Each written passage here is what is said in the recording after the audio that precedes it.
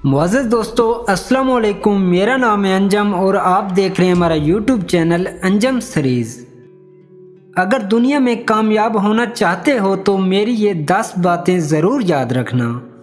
कुदरत हालात के मुताबिक ऐसे आदमी पैदा कर देती है जिसकी वक्त और हालात को ज़रूरत होती है।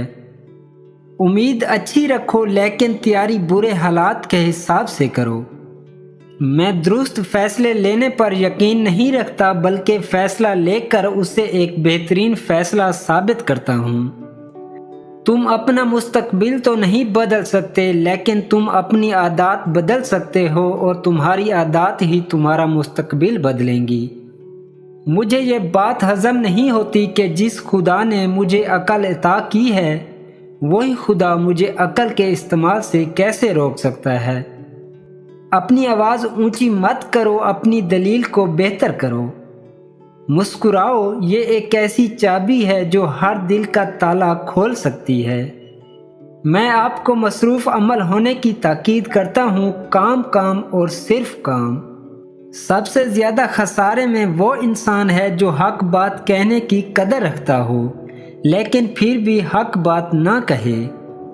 इल्म तलवार से भी ज़्यादा ताकतवर है, इसलिए इल्म को अपने मुल्क में बढ़ाएं। कोई आपको शिकस्त नहीं दे सकता।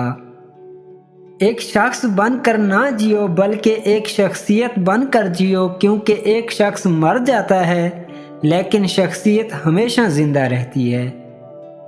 अपने दिमाग पर फतह करें और दुनिया को फतह कर लें।